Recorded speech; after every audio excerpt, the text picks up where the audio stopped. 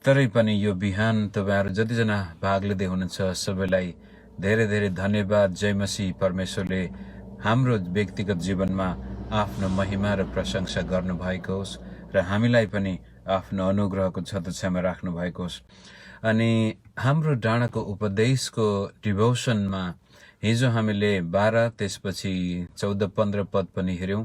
आज 13 पदलाई हामी हेरौं, जसमा प्रभुले यसरी हामीलाई प्रार्थना गर्न सिकाउनु भएको छ, हामीलाई परीक्षामा पर्न नदिनुहोस्, अथवा कुनै ट्रान्सलेसनमा हामीलाई परीक्षामा नलैजानुहोस् भन्ने कुरो पनि देखिन्छ। तर मुख्य कुरो हामीलाई परीक्षामा पर्न नदिनुहोस्, तर दुष्टताबाट छुटाउनुहोस् र अथवा दुष्टबाट छुटाउनुहोस्। दुईटै ट्रान्सलेसन भेटाइन्छ। कुनै ठाउँमा दुष्टताबाट छुटाउनुहोस् भनेको छ भने कुनै ठाउँमा दुष्टबाट छुटाउनुहोस्, किनभने राज्य, पराक्रम र महिमा सदा सर्वदा तपाईकै हुन्। यो राज्य, पराक्रम र महिमा सदा सर्वदा तपाईकै हुन् भन्ने पनि लुकामा हामी त्यो देख्दैनौं, तर मत्तीले चाहिँ त्यो राखेको रहेछ। यो प्रार्थना गर्दाखेरि आमेन अथवा प्रार्थनाको कन्क्लुजन पनि हुन सक्छ। त आजको मुख्य विषय प्रभुले हामीलाई सिकाउँदै हुनुहुन्छ, परीक्षामा पर्न नदिनुहोस्। हे परमेश्वर, हामीलाई परीक्षामा पर्न नदिनुहोस्।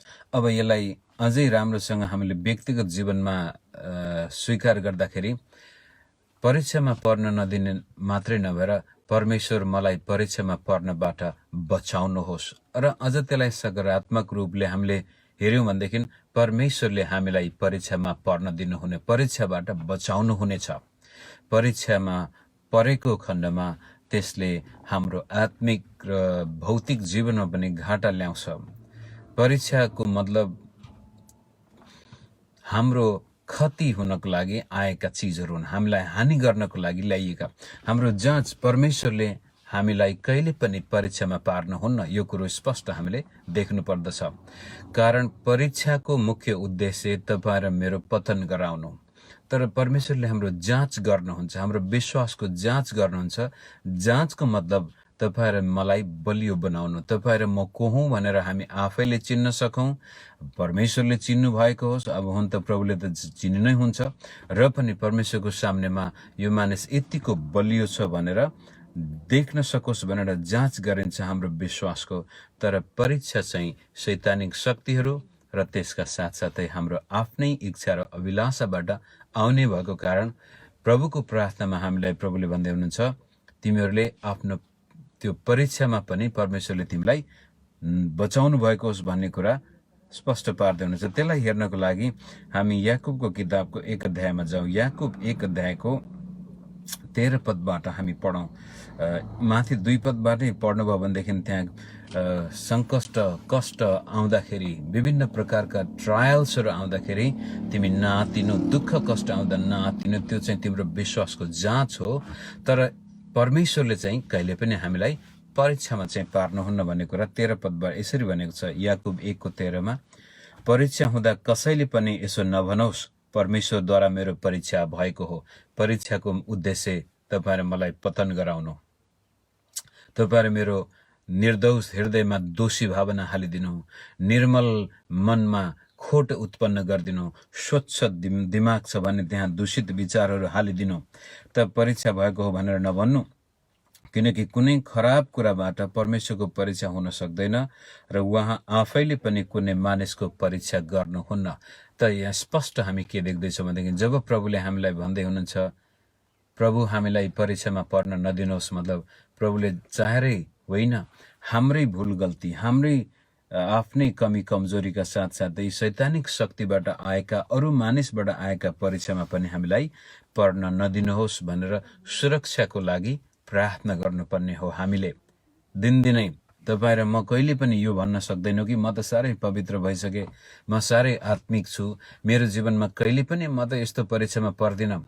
धेरै पटक हामीले सुनेका छौँ, कतिपय मित्रहरूले भन्ने गर्छ, हामी यस्तो परीक्षामा पर्दैन, यो त यसबाट त म पार भइसके। होइन, कसैको निम्ति व्यभिचार भयंकर ठुलो एउटा जोखिम हुन सक्छ। व्यभिचारका विचारहरू आउँछन् र घरमा गजब राम्रो लोग्ने स्वास्नी छ भने पनि त्यो ग्यारेन्टी होइन परीक्षामा पर्दैन भनेर। कसैको निम्ति लोभ, रुपियाँ पैसा, उसले भन्न सक्छ म त एकदमै दानी मानिस हुँ, मलाई कहिले पनि लोभमा म पर्दिनँ तरै पनि हामी त्यस्तो प्रकारले कहिल्यै भन्न सक्दैनौँ। कसैको निम्ति अहङ्कार, घमण्ड, कसैले भन्न सक्छ म त एकदमै नम्र व्यक्ति हुँ भनेर, म कहिले पनि घमण्ड गर्दिनँ, म त साह्रै नम्र भन्छ भनेदेखि त्यो नम्रतामा नै उसले घमण्ड गरेको परीक्षा त्यहाँ देखिन्छ। कुनै न कुनै क्षेत्रमा हामी परीक्षामा पर्न सक्छौँ, पतन हुन सक्छौँ। र परीक्षामा पर्दाखेरि सबभन्दा पहिला समस्या कसलाई हुन्छ? तपाईँ र मलाई, हाम्रो विवेकलाई हुन्छ। जब हाम्रो विवेकले शुद्ध भएर परमेश्वरको सामनेमा उभिन सक्दैन, त्यसले हाम्रो आत्मिक घाटा लाउँछ। आत्मिक घाटा मात्र नभएर मानसिक घाटा हुन जान्छ, शारीरिक घाटा हुन जान्छ।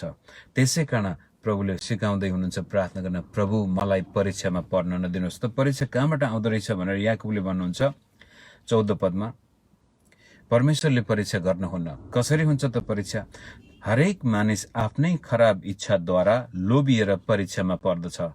तब खराब इच्छाले गर्भधारण गरेपछि त्यसले पाप जन्माउँछ, अनि पाप पुरै बढेपछि त्यसले मृत्यु ल्याउँछ। यस किसिमले परीक्षाको मुख्य उद्देश्य तपाईँ र मलाई असलबाट खराबतिर लैजानु, परमेश्वरबाट पापको मार्गतिर लैजानु, र अन्तिममा तपाईँ र मेरो विनाश, मृत्यु परीक्षाको उद्देश्य हो। जाँचको उद्देश्य तपाईँ र मलाई जीवनमा लैजानु हो भनेदेखि परीक्षाको उद्देश्य तपाईँ र मलाई मृत्युमा लैजानु। त परीक्षा कहाँबाट आउँछ? आफ्नै अभिलाषाबाट। पहिलो कुरो, हुन त शैतानिक शक्तिले पनि परीक्षा ल्याउन सक्छन्, अरू मानिसले पनि तपाईँलाई खसाल्नको लागि त्यस्तै प्रकारका पासोहरू थाप्न सक्छन्। तर मुख्य परीक्षा तपाईँ र मेरो आफ्नै खराब अभिलाषाहरूबाट, कुइच्छाहरू, कुविचारहरूबाट। यहाँ यसरी भन्छ कि खराब इच्छाले गर्भधारण गरेपछि त्यसले पाप जन्माउँछ। अब विचार गर्नुहोस् मित्रहरू, यदि खराब इच्छा गर्भधारण भन्नाले मेरो मगजमा अथवा हृदयमा, यदि खराब इच्छा जब मेरो मगजमा म राख्छु र त्यसले गर्भधारण गरेर पापलाई जन्म दिन्छ भने, त्यस्तै किसिमले असल इच्छा पनि म गर्भधारण गर्छु, असल विचार पनि ममा छ र भने त्यसले असल कुराहरू जन्म दिने सम्भावना हामी यहाँ देख्दैछौँ। त परीक्षामा पर्न नदिनुहोस् भन्ने जुन प्रार्थना छ त्यसमा कहाँबाट परीक्षा आउँछ? आफ्नै खराब इच्छाहरूबाट, खराब विचारहरूबाट। र जुन कुरो हामी मगजमा सोचेका हुन्छौँ त्यस्तै हुन्छौँ भनेर बाइबलले पनि परापूर्व कालदेखि नै भन्दै आएको छ। र आजका मनोवैज्ञानिकहरूले पनि पत्ता लगाएका छन् कि अधिकांश समय तपाईँ र म कस्ता छौँ भन्ने कुरा तपाईँ र मेरो सोचले निर्धारण गरेको हुन्छ। Whatever we think we become भन्ने त्यो थेगो नै भइसकेको छ धेरै मानिसहरूको। र त्यो तथ्य कुरो हो, हाम्रो जीवनको एउटा अभिन्न अनुभव नै हो। हामीलाई कसैले भन्नै पर्दैन। इमान्दार भएर तपाईँले आफैलाई घोरिएर विचार गर्नुहोस् त, तपाईँ को हुनुहुन्छ आज? कहीँ न कहीँ विगतमा त्यसको बारेमा सोच्नु भएको थियो, विचार गर्नु भएको थियो। यदि तपाईँको शरीरमा स्वास्थ्य छ भनेदेखि तपाईँको सोचाइ कहिले पनि मलाई त के रोग लाग्छ होला, के रोग लाग्छ होला भनेर तपाईँले कहिले चिन्ता गर्नु भएन। जहिले पनि स्वास्थ्यको निम्ति तपाईँले म ठिक छु भन्ने विचार गर्नुभएको थियो, अनि स्वास्थ्यको लागि ख्याल पनि गर्नुभयो। अनि खाना खाँदाखेरि पनि जे पाते जहाँ पाते खानु भएन, ख्याल गर्नुभएको थियो, जसको कारण तपाईँको हातमा स्वास्थ्य भएन। तर एकदमै यो रोग के पो लाग्छ कि, खाने बेला पनि यो खाँदा मलाई के पो रोग लाग्छ कि, के पो रोग लाग्छ कि, के पो रोग लाग्छ कि भनेर विचार गर्नुभएको थियो भनेदेखि त्यस्तै परिणाम शरीरमा पनि हुन सक्छ। परिवारमा पनि त्यस्तै हो। मेरो बुढाले मलाई माया गर्दैन कि, मेरो श्रीमतीले धोका दिन्छ कि, मेरा छोराछोरी बिग्रिन्छन् कि भन्ने सोच तपाईँको मगजमा जहिले पनि आउँछ। प्रार्थना गर्दाखेरि पनि हे प्रभु मेरो छोराछोरी नबिग्रिउन्, हे परमेश्वर मेरो श्रीमानले मलाई धोका नदेओस्, मेरो श्रीमतीले मलाई धोका नदेओस्, त्यस्तो खालको प्रार्थना गर्दै हुनुहुन्छ भनेदेखि त्यसले के सोच्दैछ, के बताउँदैछ भने तपाईँमा त्यस्तो सोच छ जसको कारण त्यो परिणाम आउन सक्छ। खराब इच्छाले गर्भधारण गर्दछ र त्यसले पाप जन्माउँछ, र पाप जन्मेपछि त्यहाँ मृत्यु उत्पन्न हुन्छ। त परीक्षा कहाँबाट आउँदो रहेछ? तपाईँ र मेरो सोचाइबाट। भने यदि पाप र परीक्षा त्यस्तरी खराब इच्छाबाट आउँछन् भनेदेखि असल इच्छा, पवित्रता, शुद्धता कहाँबाट आउँदो रहेछ? तपाईँ र मेरो विचारबाट, सोचबाट। त्यसै कारण प्रभुले भन्नुभयो मानिसको मुखबाट के भित्र जान्छ त्यसलाई शुद्ध र अशुद्ध बनाउँदैन, तर हृदयबाट जे कुरो बाहिर निस्कन्छ त्यसले मानिसलाई शुद्ध या अशुद्ध बनाउँदछ भनेर प्रभुको वचनले भन्दछ। त हामीले ध्यान दिनुपर्ने, जब हामी प्रभुसँग भन्छौँ परमेश्वर मलाई परीक्षामा पर्नबाट बचाउनुहोस्, परीक्षामा पर्न नदिनुहोस् भनेर प्रार्थना गर्दाखेरि पहिलो जाँच्ने ठाउँ चाहिँ तपाईँ मेरो सोच। म अधिकांश समय के सोचिरहेको हुन्छु, मेरो मगजमा के खेलिरहेको हुन्छ। जब म परमेश्वरसँग समय बिताउँछु गुप्तमा, म के बातचित गर्छु, उहाँसँग के कुराहरूको बारेमा प्रभुसँग कुरा गर्छु, सोच विचार तपाईँको कस्तो छ, साथीभाइहरूप्रति तपाईँको सोचाइ कस्तो छ। हिजो हामीले हेऱ्यौँ हाम्रा अपराधलाई क्षमा गर्न, जसरी हाम्रा अपराधीलाई हामीले क्षमा गरेका छौँ। यो अपराधीलाई क्षमा गरेका छौँ भन्नाले एकदमै त्यो कुख्यात अपराधी होइन, तपाईँलाई ज्यान मार्ने धम्की दिने बलात्कारी त्यस्तालाई मात्र होइन कि मानिलिउँ तपाईँ एउटा जोइन्ट फ्यामिली हो, तपाईँको घरमा सासू ससुराहरू छन्, नन्द देवर भाउजूहरू छन्, अथवा विभिन्न परिवारमा बस्नु भएको छ, अनि त्यहाँ मनमुटाव सासू बुहारीको बिचमा त्यस्तै त्यो एकदमै त्यो धुवाँ निस्किरहेछ, बाहिर आगो चाहिँ बलेको छैन, धुवाँ चाहिँ छ भने त्यस्तो परिवारमा बसेको एउटा ख्रीष्ट येशूमा विश्वास गर्ने बुहारी अथवा सासूले पनि सासू बुहारीको बीचमा भएको जुन कटु वचन थियो ती पनि क्षमा दिन सक्नु पर्यो र एक अर्काप्रति प्रेमको भावनाले बाँच्न सक्नु पर्यो। त्यो हो वास्तवमा साथीभाइमा तपाईले एकदमै त्यो साथीलाई परेको बेलामा साह्रै सहायता गर्नुभएको थियो, उलाई पर्दाखेरि तपाईले केही सहायता गर्न कसर राख्नु भएन, तर आज तपाईलाई एउटा समस्या परेको थियो, तपाईले ठुलो आशा गर्नुभएको थियो यो साथीले त मलाई सहायता गर्छ होला भनेर, तर उले टेर पुच्छर लाएन, हेर्दा सोध्दा पनि सोधेन तपाईलाई, अनि भित्रपट्टि चोट लाग्यो तपाईको। मैले यसलाई जीवनमा यति धेरै गुण लगाएको थिएँ, तर यसले चाहिँ माफ गर्नुहोस् मेरो फोन एकदमै तातेर अँध्यारो भयो जस्तो लाग्यो। तपाईले सुन्नु भएको छ कि छैन मलाई थाहा भएन, यो गजबले अँध्यारो भएर गयो, यो अटोमेटिकले गर्दाखेरि। त जेसुकै होस् म बोलेर सिध्याउँछु, तपाईले आशा छ अडियो चाहिँ सुनिराख्नु भएको छ होला। र त्यो मित्रप्रति अब तपाईको भावना कस्तो छ, त्यसले सहायता गरेन भनेदेखि तपाईँ अब माफ गर्नुहोस् यो अँध्यारो बढी भएछ, यो आफै तातेर आई डोन्ट नो वेदर तपाईँले देख्नु भएको छ कि छैन, म आशा गर्छु तपाईँले देखिरहनु भएको छ। यहाँ त लाइभ गइरहेको देखिन्छ, त्यसलाई पनि क्षमा दिन सक्नु पर्यो। अनि त्यो पनि परीक्षा नै हो, तपाईँले मैले आफ्नो मित्रलाई क्षमा दिन सक्छु दिन सक्दिनँ भन्ने कुरा, यो घामले साह्रै दुःख दियो हो मलाई। जेसुकै होस्, ल आवाज भए पनि सुनिरहनु भएको छ, होस् धन्यवाद, थ्याङ्क यू भेरी मच। त्यो मित्रलाई क्षमा दिनु नदिनु यो पनि परीक्षा हो। मनले त भन्छ अब चाहिँ म त्यसलाई फर्केर पनि हेर्दिनँ, यस्तो स्वार्थी मित्र भनेर भन्न मन लाग्छ, तर प्रभुको आत्माले भन्दै हुनुहुन्छ ए छोरा ए छोरी त्यसलाई छोडिदे, त्यसलाई क्षमा दे, नो प्रब्लम, म तेरो मद्दत गर्नेछु, म तँलाई सहायता गर्नेछु। अनि तपाईँले त्यो मित्र भोलि पनि त्यसले आएर तपाईँलाई सहायता मागेको खण्डमा अब ठिकै छ, सकिन्छ भने गरिदिउँ, किनभने त्यसले गरेन भन्दैमा मैले पनि त्यसलाई त्यस्तै व्यवहार गरेँ भनेदेखि ममा के चाहिँ असल कुरा छ र तपाईँ परीक्षामाथि विजयी हुनुभयो। त यस किसिमले सानातिना कुरामा पनि हामीले ध्यान दियौँ भनेदेखि हामी परीक्षामा पर्दैनौँ। जब परीक्षामा पर्दैनौँ हाम्रो आत्मिक जीवन सुरक्षित हुन्छ, परमेश्वरसँग सम्बन्धमा दखल पुग्दैन, शैतानिक शक्तिले पनि हाम्रो जीवनमा अनि खुट्टा हाल्न पाउँदैनन्। त्यसको दोस्रो पक्ष छ हामीलाई दुष्टबाट बचाउनुहोस्, शैतानिक शक्तिबाट बचाउनुहोस्। जब म परीक्षामा पतन हुन्छु, मानिलिउँ रिस उठ्यो, एफिसी 4:26 र 27 अनुसार यदि म कसैसँग रिसाउँछु अनि त्यो रिस मैले सूर्य अस्ताउन अघि नै मारेन, त्यो रिस पालेरैमा बसिरहेको छु भनेदेखि म परीक्षामा परेँ। अनि जब म परीक्षामा पर्दछु त्यसपछि मेरो जीवनमा पापले जन्म लिन्छ। जब पापको जन्म हुन्छ त्यसपछि म शैतानले काम गर्नको लागि, दुष्टलाई काम गर्न ढोका खोल्दैछु। तपाईँ र मलाई प्रभु यीशुले शैतानका सारा शक्तिमाथि अधिकार दिनुभएको छ, लुका 10:19 र अरू क्षेत्रमा पनि।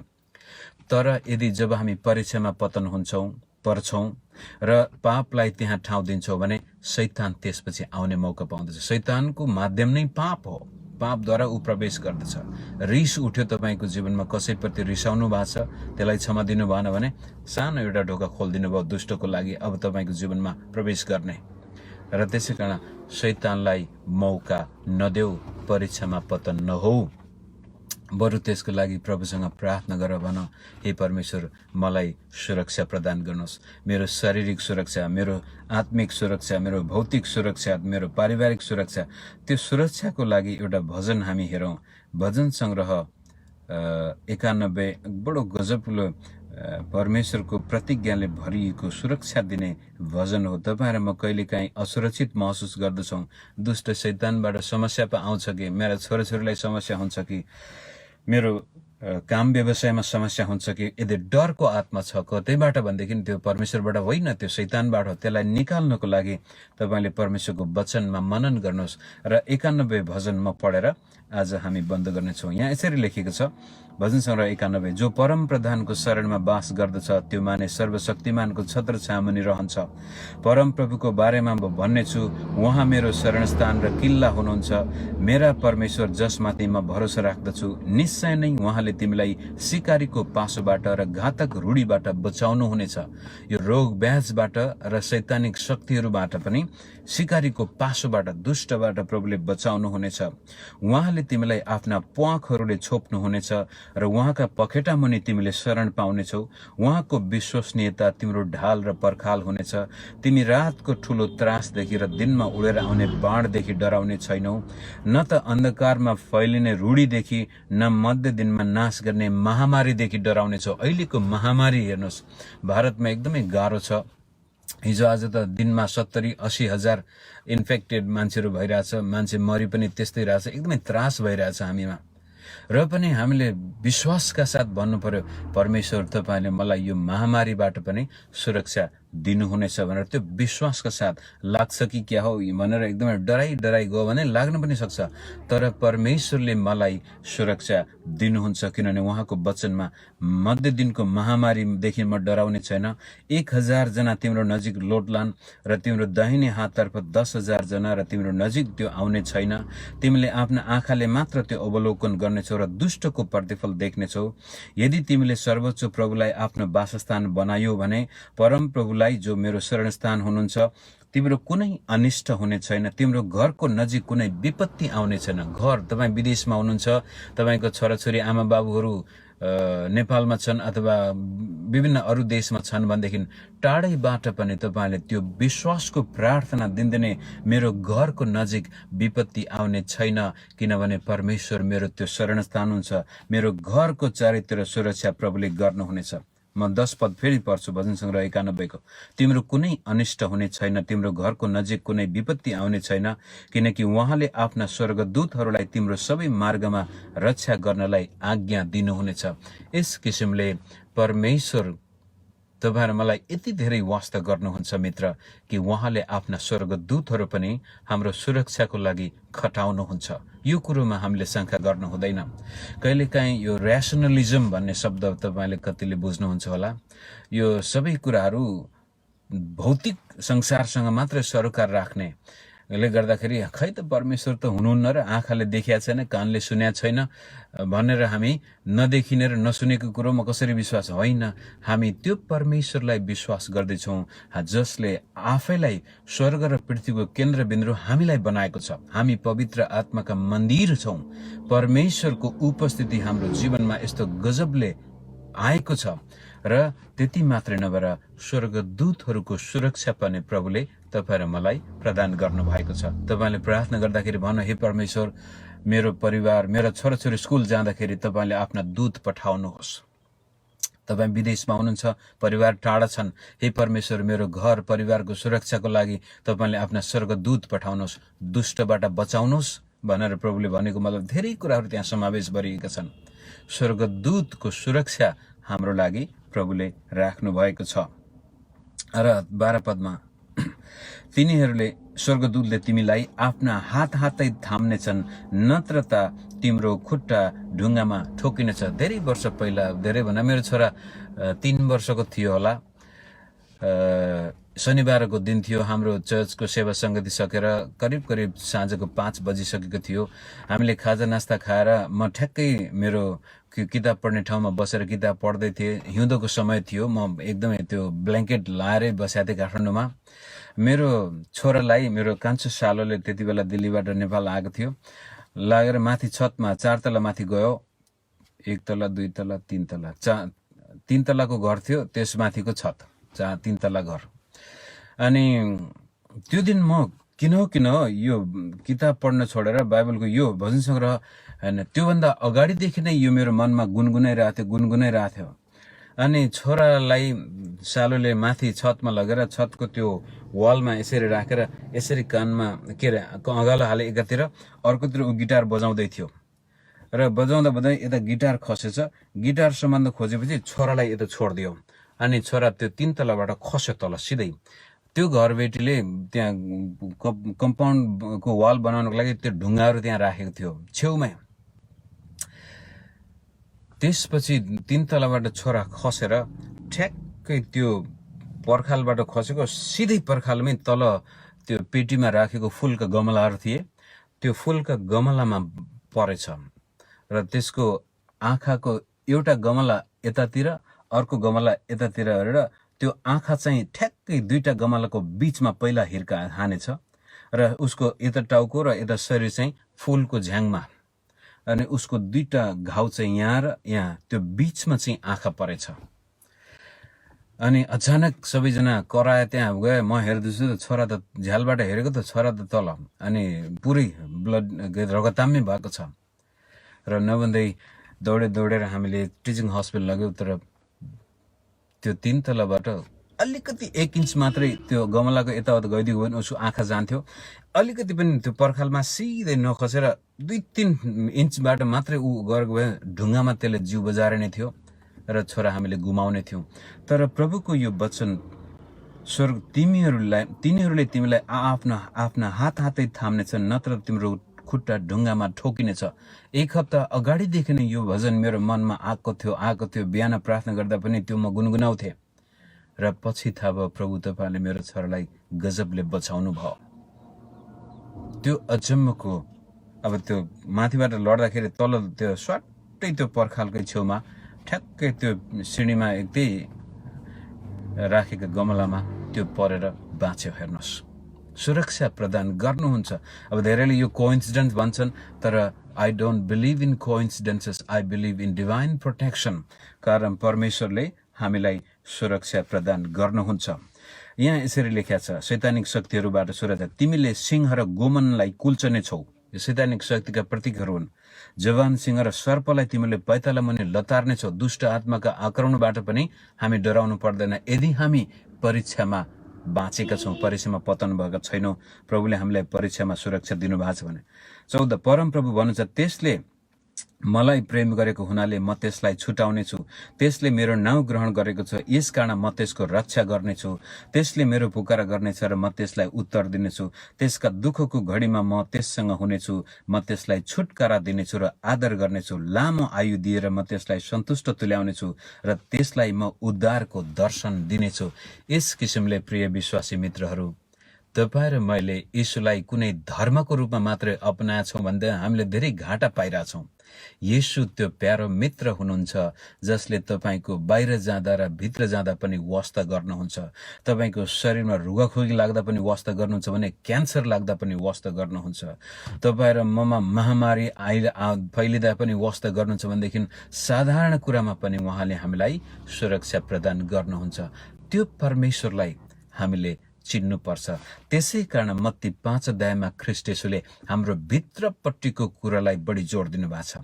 भित्र शुद्ध र पवित्र हुनको लागि, भित्र प्रभुसँग बलियो सम्बन्ध कायम गर्नको लागि, भित्र हामी निर्दोष छौँ, भित्र प्रेमले भरिएका छौँ भनेदेखि बाहिर हामी सानातिना होइन ठुल्ठुला परीक्षामा पनि सजिलै विजय हासिल गर्न सक्छौँ। र जीवनमा भलाइ र असल कुराको लागि पनि त्यस्तै किसिमको सोच हामीमा छ भने ती कुराहरू देखा पर्नेछन्। यदि पापी मन मेरो छ, पापी सोच छ भने म पाप गरी पठाउँछु भने त्यस्तै किसिमले पवित्र मन मेरो छ, पवित्र सोच मेरो छ, असल कुराहरू मेरो मगजमा छन् भने मेरो जीवनमा असल कुराहरू आएरै छाड्नेछन्। कारण हामी जे सोच्छौँ त्यस्तै परिणाम भोग्नेछौँ। त परीक्षामा पर्न नदिनुहोस् भनेर जब प्रार्थना गर्नुहुन्छ, परमेश्वरको त्यो सुरक्षामाथि विश्वास गर्नुहोस्, परमेश्वरको भलाइमाथि विश्वास गर्नुहोस्, परमेश्वरको प्रेममाथि विश्वास गर्नुहोस् र कुनै पनि हालतमा त्यो प्रभुको सुरक्षा, त्यो प्रभुको उपस्थिति, स्वर्गदूतको पहरालाई नगुमाउनुहोस्। साधारण एउटा बेविचारको विचार आयो, ओहो फलानो आइमाई अथवा फलानो लोग्न पुरुष कहिले ठट्टा गरिदियो कसैले आएर तपाईँलाई एकदमै राम्रोसँग फुर्याइदियो भनेदेखि ओहो यसैसँग बिहा गर्न पाए त हुन्थ्यो भनेर त्यो गलत विचारहरू तपाईँले खेलाउनु भयो भनेदेखि महान परमेश्वरले दिने महान आशिष गुमाउँदै हुनुहुन्छ। रिस पनि त्यस्तै हो, लोभ पनि त्यस्तै हो, डर पनि त्यस्तै हो। यी सबै नकारात्मक भावनाहरूले हामीभित्र नकारात्मक परिणाम ल्याउनेछन्। त्यसले नै हामीलाई परीक्षामा सजिलै पतन गर्नेछ। भित्र बलियो मान्छे बाहिर कमजोर देखेला, नम्र होला, मान्छेले फाइदा लेलान्, एडभान्टेज लिन सक्छन्, तर त्यसको हामी चिन्ता गर्नु पर्दैन। त्यसको सट्टा कयौं गुणा बढी आशिष परमेश्वरले हामीलाई दिनुहुन्छ। आज यो डाँडाको उपदेशको खण्डबाट परमेश्वरले हामीलाई आशिष दिनुभएको होस्। तपाईँको व्यक्तिगत जीवनमा, परिवारमा त्यो प्रभुको महान सुरक्षा भएको होस्। शैतानिक शक्तिले तपाईँलाई छुन नपरोस् र तपाईँका कुविचारहरू, गलत विचारहरू पनि तपाईँले ख्रीष्ट येशूको चरणमा लगेर पवित्र आत्माको शक्तिबाट र येशूको रगतबाट तपाईँ शुद्ध हुनुभएको होस्। तपाईँको सोच शुद्ध होस्, तपाईँको हृदय शुद्ध होस्, तपाईँको बोली शुद्ध होस्, तर तपाईँको कार्य शुद्ध होस्, जसको कारण परमेश्वरले दिने प्रशस्त मात्रामाको जीवन तपाईँको हुनेछ। God bless you. Have a good day. And those of you who are going to go to bed, may God give you good rest. Jay Masih.